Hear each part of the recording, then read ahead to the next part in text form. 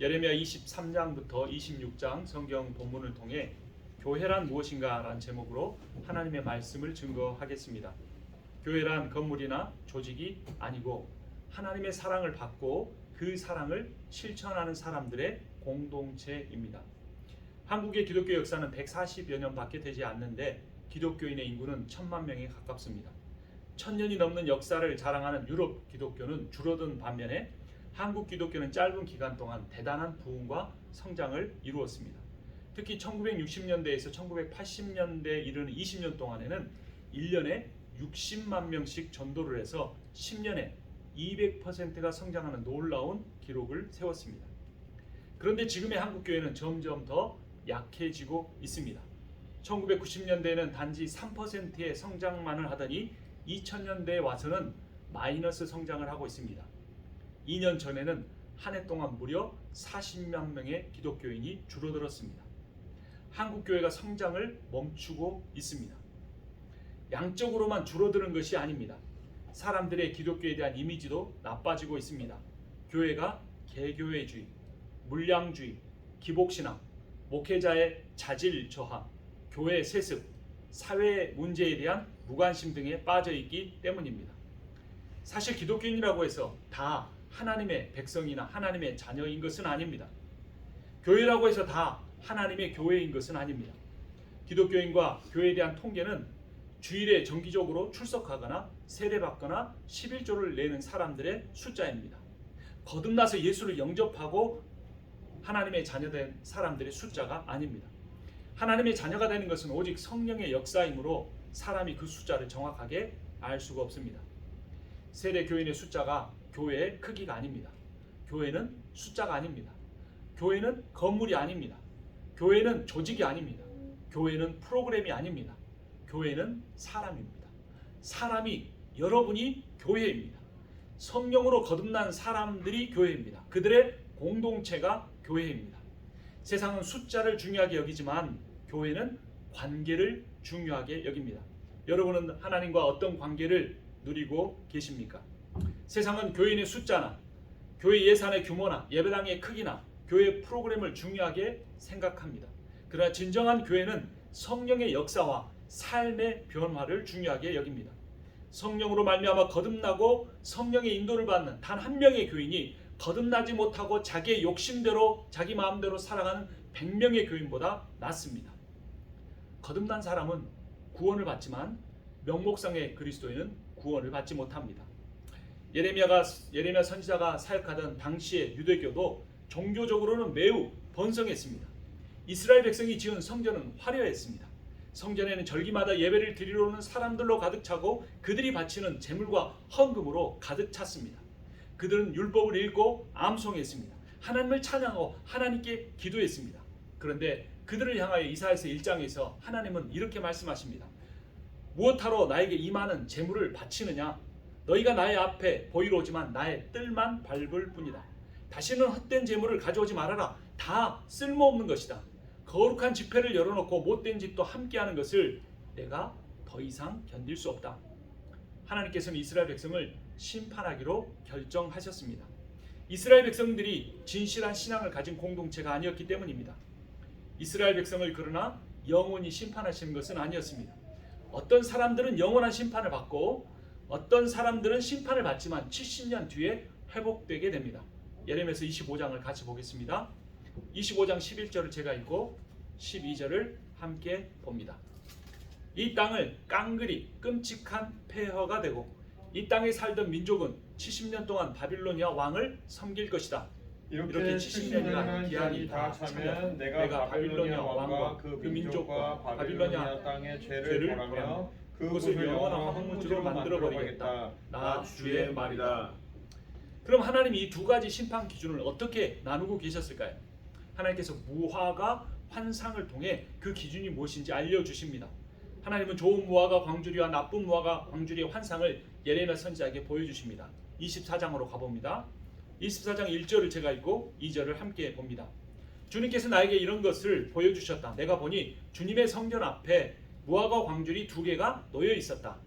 이것은 바빌로니아 왕 느부갓네살 왕이 여호야김의 아들 유다 왕 여고냐와 유다의 고관들을 비롯하여 기술자들과 대제사장이들과 함께 예루살렘에서 포로로 사로잡아 바빌로니아로 데려간 뒤에 있었던 일이다. 그런데 한 광주리에는 망물 무화과처럼 아주 좋은 무화과가 담겨 있었고 다른 한 광주리에는 너무 나빠서 먹을 수도 없는 아주 나쁜 무화과가 담겨 있었다. 이 좋은 무화과와 나쁜 무화과를 결정하는 요소가 무엇이었을까요? 그 다음에 이어지는 3절을 함께 읽어봅니다. 그때 주님께서 나에게 물으셨다. 예레미야야, 내가 무엇을 보느냐? 내가 대답하였다. 무화과입니다. 좋은 무화과는 아주 좋고 나쁜 무화과는 아주 나빠서 먹을 수가 없습니다. 좋은 무화과와 나쁜 무화과를 나누는 기준은 먹을 수 있느냐, 먹을 수 없느냐였습니다. 좋은 무화과라는 표현에서 이 좋다라는 단어가 히브리어로 토부입니다. 하나님께 세상과 인간을 창조하시고 보시기에 심히 좋았더라라고 할 때 이 좋았다라고 하는 단어도 역시 히브리어로 토부입니다. 그러니까 성경에서 좋다는 말은 값이 비싸다 이런 말이 아닙니다. 품질이 좋다, 고급이다 이런 의미도 아닙니다. 이 성경에서 말하는 이 좋다라는 말 또한 숫자가 많다는 것도 아닙니다. 하나님께서는 숫자가 많은 이집트 사람이나 바벨론 사람을 구원하지 않으셨습니다. 아주 적은 수의 이스라엘 백성을 구원하셨습니다. 성경에서 좋다는 말은 아름답고 큰 건물을 의미하는 것도 아니었습니다. 하나님께서 이 세상에서 가장 높았고 가장 아름답고 멋졌던 바벨탑을 허물어 버리셨습니다. 하나님은 당대의 유명한 사냥꾼이자 지도자로서 바벨탑을 쌓은 건축가 니므롯을 선택하지 않으셨습니다. 하나님은 아브라함이라고 하는 유명하지 않은 평범한 사람을 선택하셨습니다. 하나님은 그를 작은 천막을 치고 이곳저곳 떠돌아다니게 하셨습니다. 그러니까 성경에서 좋다, 토부다라고 하는 말의 의미는 화려하다는 게 아닙니다. 멋지다는 것도 아닙니다. 크다는 것도 아닙니다. 대단하다는 것도 아닙니다. 성경에서 좋다, 토부다라고 하는 말은 하나님께서 창조하신 원래의 상태다라는 겁니다. 그러니까 하나님께 창조 목적대로 순종하는 상태가 가장 좋은 상태입니다. 아담과 하와가 처음 창조되었을 때 그들은 에덴 동산의 가정 공동체를 이루고 교회 공동체를 이루었습니다. 그들은 하나님의 능력과 지혜를 가지고 창조 세계를 다스렸습니다. 이 에덴의 공동체는 에덴 동산에서 하나님과 함께 살며 매일매일 하나님의 음성을 듣고 하나님과 대화했습니다. 이야기했습니다. 그들은 날마다 하나님의 뜻을 묻고 그 하나님의 물은 뜻에서 하나님의 뜻을 깨달은 대로 온 세상을 다스렸습니다. 바로 그 상태가 하나님 보시기에 가장 좋은 상태, 토부였습니다. 그러니까 좋은 것과 나쁜 것을 나누는 기준이 숫자가 많거나 적은 것이 아니라는 겁니다. 품질이 좋거나 낮은 것이 아니라는 겁니다. 값이 비싸거나 싼 것이 아니라는 겁니다.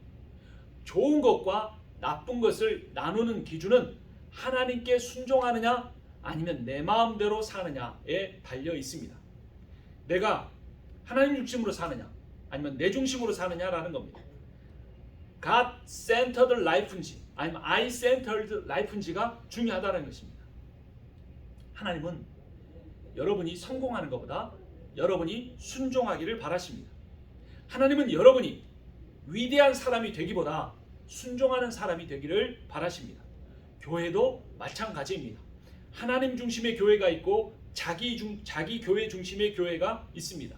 어떤 교회는 교인도 많고 예배당도 화려하지만 그 교회 목사가 하나님보다 더 높아져 있습니다. 교인들도 성경도 읽고 교인들이 성경을 읽고 성령의 인도하심을 받기보다는 담임 목사의 지도나 그 교회의 전통을 훨씬 더 중요하게 여깁니다. 하나님 중심의 교회는 작아도 괜찮습니다. 평범해도 괜찮습니다. 연약해도 괜찮습니다. 좋은 것입니다. 그러나 자기 교회 중심의 교회는 커도 좋지 않습니다.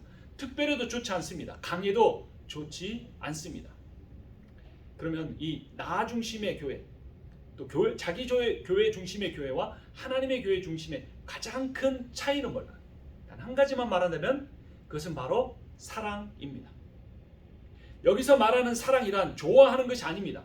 한 교회 안에서 자기들끼리 좋아하는 걸 의미하지 않습니다. 자기 가족들이 좋아하는 걸 의미하지 않습니다. 자기하고 친한 사람과 좋아하는 것을 의미하지 않습니다. 여기서 말하는 사랑이란 한 교회 안의 사랑이 다른 교회에 대한 사랑으로까지 이어지는 겁니다.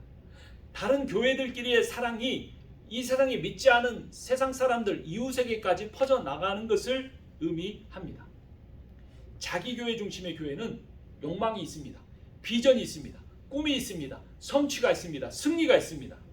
그러나 하나님 중심의 교회는 비움이 있습니다. 낮아짐이 있습니다. 섬김이 있습니다. 사랑이 있습니다. 자기 교회 중심의 교회에서는 숫자가 권력입니다. 재정이 하나님입니다. 이런 교회는 말로는 인권과 사랑을 외치지만 실제로는 모든 것을 다수결로 사람의 숫자의 힘으로 결정하는 타락한 민주주의와 같습니다. 모든 것을 다 돈으로 해결할 수 있다는 오염된 자본주의와 다를 바가 없습니다. 하나님의 마음이 무엇인지 알지 못해서 전전긍긍하고 그것을 헤아리기 노력하고 또 깨달은 작은 뜻이 있으면 그것을 순종하면서 그분을 기쁘시게 하려고 하기보다 하나님의 강력한 힘을 통해 내가 승리하려고 해서는 안 되는 것입니다. 하나님은 승리가 아닌 순종을 원하십니다. 하나님 중심의 삶을 살면서 하나님께 순종하는 공동체는 먹을 수 있는 좋은 무화과와 같습니다. 그러나 자기 교회 중심의 삶을 살아가며 하나님께 불순종하는 공동체는 먹을 수가 없는 나쁜 무화과와 같습니다. 그들은 제대로 익지 않았거나 벌레가 먹었거나 썩었거나 도저히 먹을 수가 없는 나쁜 무화과 열매와 이스라엘 백성은 같았습니다. 예레미야 당시에 대부분의 이스라엘 백성들은 이렇게 하나님을 떠났습니다. 겉모습으로는 하나님을 철저하게 잘 섬겼지만 속마음은 하나님을 떠났습니다. 종교적으로는 매우 많은 사람이 성전에서 모여서 제사를 드렸지만 그들의 마음은 우상으로 가득 찼습니다. 그들의 삶은 부정부패와 경쟁과 욕심으로 가득 찼습니다.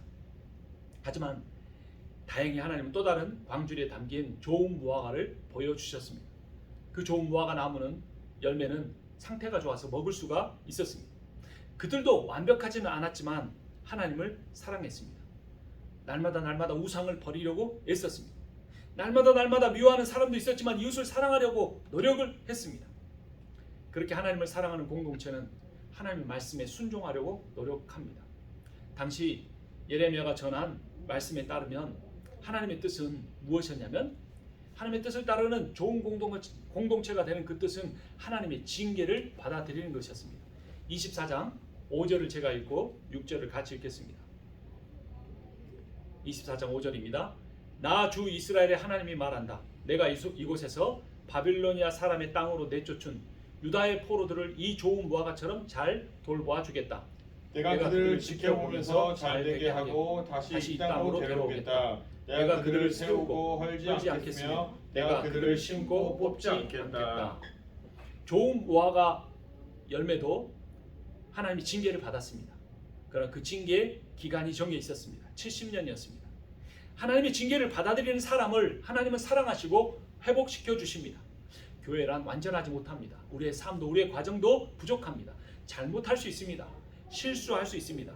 실수와 실패를 통해 우리가 받게 되는 그 징계와 그 고난의 과정을 받아들이면 됩니다. 하나님의 징계와 기다리게 하심을 견디면 됩니다. 바벨론으로 포로로 끌려간 사람들은 70년을 견뎠고 그렇게 견딘 사람들은 약속의 땅 가나안으로 다시 회복되었습니다. 하지만 하나님의 징계를 받지 않겠다고 이집트로 도망간 사람들이 있었습니다.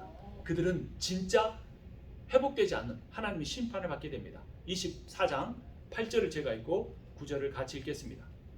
그러나 유다 왕 시드기야와 그의 대신들을 비롯하여 예루살렘에 남은 사람들과 이 땅에 남은 사람들과 이집트 땅으로 간 사람들은 아주 나빠서 먹을 수가 없는 나쁜 무화과처럼 만들어버리겠다. 나 주가 분명히 말한다. 내가 그들을 세계 만국으로 흩어놓아서 혐오의 대상이 되게 하겠다. 그러면 내가 쫓아보낸 그 모든 곳에서 그들이 수치와 조롱을 당하고 비웃음과 저주를 받게 될 것이다. 이스라엘 백성들에게도 남은 자가 있었듯이 현대 교회도 남은 자들이 있습니다. 그들은 비록 숫자가 적고 초라해 보이고 연약해 보여도 하나님의 징계를 받아들입니다. 비록 고통에 시달리고 있다고 할지라도 하나님의 회복을 간절히 소망합니다. 하나님이 그러한 사람들을 반드시 구원하십니다. 이사야 10장 20절을 보면 그날에 이스라엘의 남은 자들이 이스라엘의 거룩하신 이 여호와를 진실하게 의지하리니 남은 자 야곱의 남은 자가 능하신 하나님께로 돌아올 것이라. 이사야 28장 5절에서 이렇게 말합니다. 그날에 만군의 여호와께서 자기의 백성의 남은 자에게 영화로운 면류관이 되시며 아름다운 화관이 되실 것이다. 하나님은 70년의 징계 기간을 통해 이스라엘 백성이 모든 우상 숭배와 이웃에 대한 불의를 버리게 하셨습니다. 죄로부터 벗어나 거룩함에 이르도록 아주 지독한 훈련을 시키셨습니다. 여러분, 죄의 습관으로부터 벗어나는 방법은 두 가지입니다. 하나는 죄를 지은 것에 대해서 징계를 받는 것입니다. 죄의 결과로 인한 심판의 두려움을 갖게 되는 것입니다. 또 다른 방법이 있습니다. 그것은 죄로부터 벗어나기를 진정으로 간절하게 원하는 것입니다. 여러분, 하나님은 간절히 원하는 것을 반드시 이루어 주십니다. 나를 늘 넘어지게 하고 나를 실패하고 나를 붙잡고 있는 그 우상을 내 안에서 버려버리기를 여러분 간절히 원하십니까? 내가 죄로부터 벗어나기를 간절히 원할 뿐만 아니라 내가 거룩하게 되어 하나님을 기쁘시게 하는 삶을 살게 해달라고 간절히 원해 보십시오. 하나님 반드시 그 기도에 응답해 주실 것입니다. 하나님을 기쁘시게 하는 것은 우상이 아닌 하나님을 소망하는 것입니다.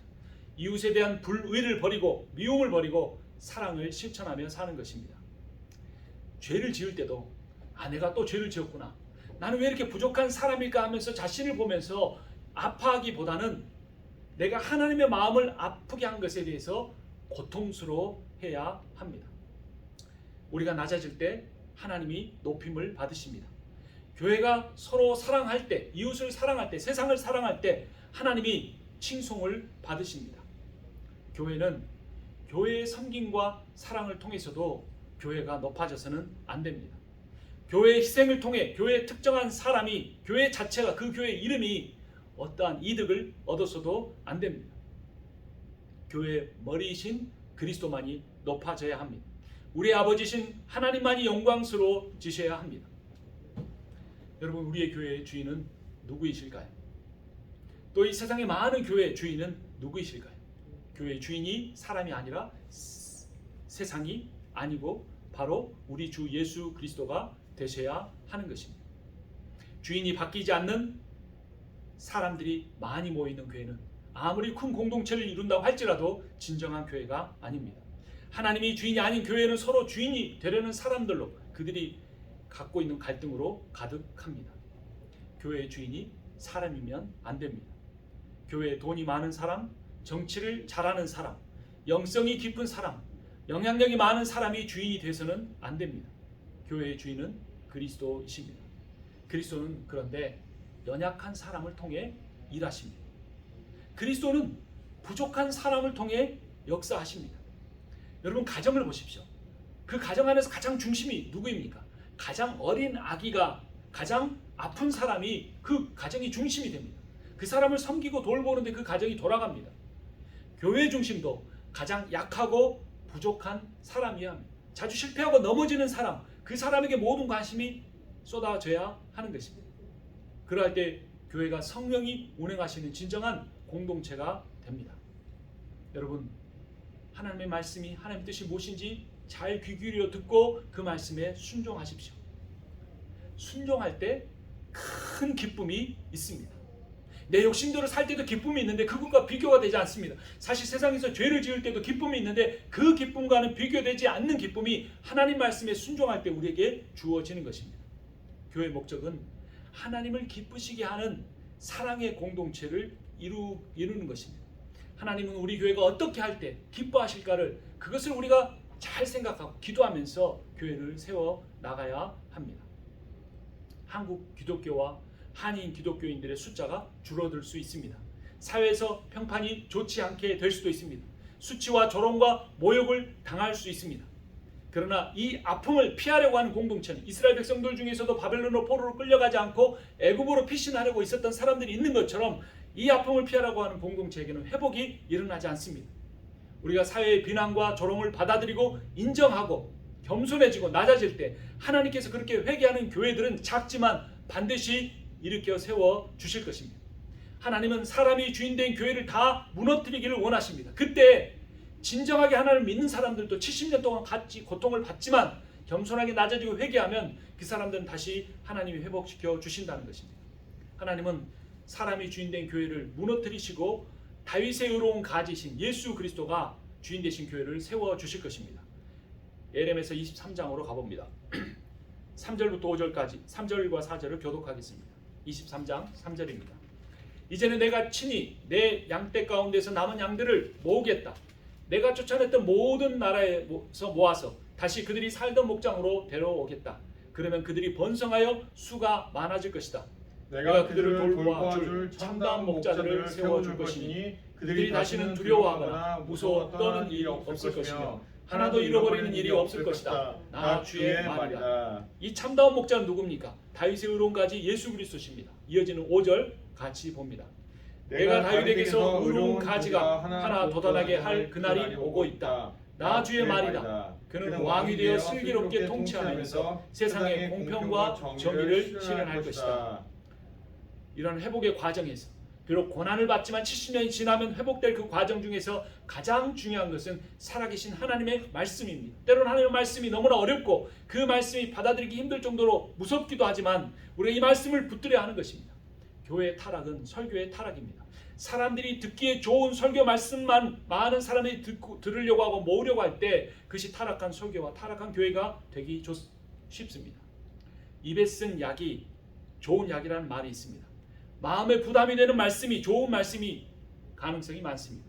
회개와 변화를 이끌어내는 말씀에 대해 예레미야서 23장 35절은 이렇게 말합니다. 23장 35절 말씀 같이 읽겠습니다. 친구나 친척끼리 서로 말할 때 부담이 되는 주님의 말씀이라고 말하는 대신에 주님께서 무엇이라고 대답을 하셨느냐, 주님께서 무슨 말씀을 하셨느냐 하고 물어봐야 한다고 알려주어라. 부담이 되는 주님의 말씀이지만 부담이 되는 주님의 말씀입니다라고 말하지 말고 그 말씀에 순종하겠습니다라고 하라는 것입니다. 하나님의 하나님의 마음을 헤아리고 순종을 통해 그분을 기쁘시게 하려고 하기보다 하나님을 통해 내가 승리하려고 해서는 안 됩니다. 하나님이 원하시는 것은 승리가 아니고 순종입니다. 교회란 무엇입니까? 하나님께 순종하는 사람들의 공동체입니다. 하나님께 순종하지 않은 사람들은 수만 명을 모아놔도 교회가 아니라는 것입니다. 하나님의 교회는 자기 교회만 아니라 다른 교회를 섬기고 교회들끼리만 아니라 믿지 않은 세상의 사람들을 섬기는 사랑의 공동체입니다. 여러분, 사람은 자기 미래를 모릅니다. 지금 내가 정말 간절히 원하는 일이지만 그것이 내게 일어난다고 해서 꼭 좋은 일이 된다는 보장은 없습니다. 그리고 정말 이 일만큼은 내 인생에 안 일어났으면 좋겠다고 하지만 그 일이 일어난다고 할지라도 그 일이 내 인생에 나쁜 일이 아닐 수도 있습니다. 모른다라는 겁니다. 인생은 모르는 길을 가는 여행입니다. 지나가는 것입니다. 머무르지 않습니다. 모두 다 지나갑니다. 아픔도 지나갑니다. 슬픔도 지나갑니다. 기쁨도 지나갑니다. 고통도 지나가고 즐거움도 지나가고 모든 것은 다 지나가 버립니다. 한계가 있습니다. 그러나 영원한 것이 단 하나 있습니다. 그것은 예수 그리스도의 피로 거듭나 하나님의 말씀에 순종하는 사람들의 공동체입니다. 교회입니다. 그래서 교회가 하나님의 꿈입니다. 교회가 에덴 동산의 회복입니다. 하나님은 에덴 동산의 아담과 하와를 통해 온 우주를 통치하려고 계획하셨습니다. 그러나 이제는 예수 그리스도를 통해 하나님 말씀에 순종하는 사람들의 공동체를 통해 이 우주를 다시 회복시키기 원하십니다. 세상은 병들어 있습니다. 이기주의라는 병입니다. I-centered life라는 병입니다. 이 병에서 여러 증상이 나옵니다. 무역 갈등, 영토 분쟁, 전쟁, 지역주의, 물질 만능주의. 그러나 교회는 예수의 피로 세워졌습니다. 예수의 피는 예수의 생명이었습니다. 예수의 사랑이었습니다. 우리 안에는 예수의 생명이 흐르고 있고 우리 안에는 예수의 사랑이 있습니다. 그러므로 하나님이 우리를 실패한 자로, 불순종한 자로, 심판받을 자로 여기지 아니하시고 하나님 우리를 볼 때마다 우리를 사랑하시고 우리를 기뻐하십니다. 세상의 공동체는 공통점을 기본으로 합니다. 고향이 같다든가 좋은 대학을 나온 어떤 특정 대학 출신이 많다든가 취미가 같다든가 생활 수준이 비슷하다든가 이런 공통점을 찾습니다. 그렇게 공통점이 많은 교회일수록 숫자가 잘 모입니다. 그러나 교회는 그렇지 않습니다. 교회 공동체는 다른 점 때문에 공동체를 이룹니다. 경제적 수준이 다른 사람들이 모여야 합니다. 교육 정도가 다른 사람들이 모여야 합니다. 심지어 생각이 달라도 서로 받아들일 수 있는 공동체를 세워가야 합니다. 그래서 어떤 사람은 교회는 거름과 같다 그랬습니다. 거름을 한 곳에 다 쌓아놓으면 냄새가 아주 심합니다. 근데 이 거름을 밭에다가 다 뿌려놓아 버리면 그 땅을 기름지게 합니다. 열매를 많이 맺게 합니다. 이 의미는 무엇입니까? 교회는 자신을 위해서 모여 있으면 그 교회 안에 악취가 나고 냄새가 나고 썩어질 수밖에 없다는 겁니다. 그러나 그 교회가 흩어지고 작은 교회를 세우고 땅끝까지 이르러 다 뻗어나가면 그 교회가 세상을 살려낼 수 있다는 것입니다. 교회 안에 자신과 비슷한 사람들만, 자기와 비슷한 생각과 경제 수준과 교육 수준을 가진 사람들만 모이면 악취가 나지만 그 사람들이 이 땅에 흩어져 살아가면 그리스도의 향기가 될 수 있습니다. 여러분, 하나님은 우리 교회에게 그리스도처럼 세상의 약한 사람들을 섬기며 사랑하는 공동체를 이루라고 말씀하십니다.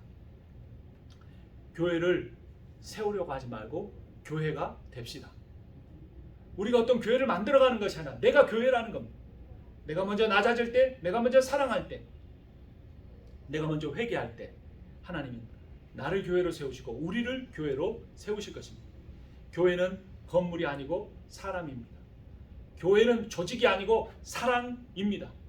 하나님을 사랑하고 다른 교회와 이웃을 사랑하는 공동체가 교회입니다. 교회는 건물이 아니고 조직이 아니고 프로그램이 아닙니다. 교회는 하나님의 사랑을 받아 누리고 그 사랑으로 인하여 나를 변화시키고 나의 변화를 통해 나의 가정을 변화시키고 나의 가정의 변화를 통해 교회를 변화시키고 나의 교회의 변화를 통해 세상을 변화시켜가는 공동체입니다. 서로 사랑하고 그 사랑을 받고 누리는 공동체를 이루어가는 여러분과 제가 되기를 주님의 이름으로 축원합니다. 기도하겠습니다. 우리를 사랑하시는 주님 은혜를 감사합니다. 주님, 우리를 사랑하실 뿐만 아니라 전능하심을 믿습니다. 하나님은 지혜로우심을 믿습니다. 하나님 아버지, 우리가 이 말씀을 늘 묵상하며 살아갈 때 우리가 이 세상의 많은 교회들 중에 하나가 되지 않게 하시고 하나님이 기뻐하시는 진정한 공동체로 세워지게 하여 주시옵소서. 예수 그리스도의 이름으로 기도합니다. 아멘. 이제는 우리 주 예수 그리스도의 은혜와 하나님 아버지의 크고도 놀라우신 사랑과 성령의 위로하시고 교통하시고 충만케 하시는 역사하심이 진정한 공동체를 이루는 일에 자신을 헌신하겠다고 다짐하는 모든 이들 가운데 지금부터 영원토록 함께 있기를 축원하옵나이다. 아멘.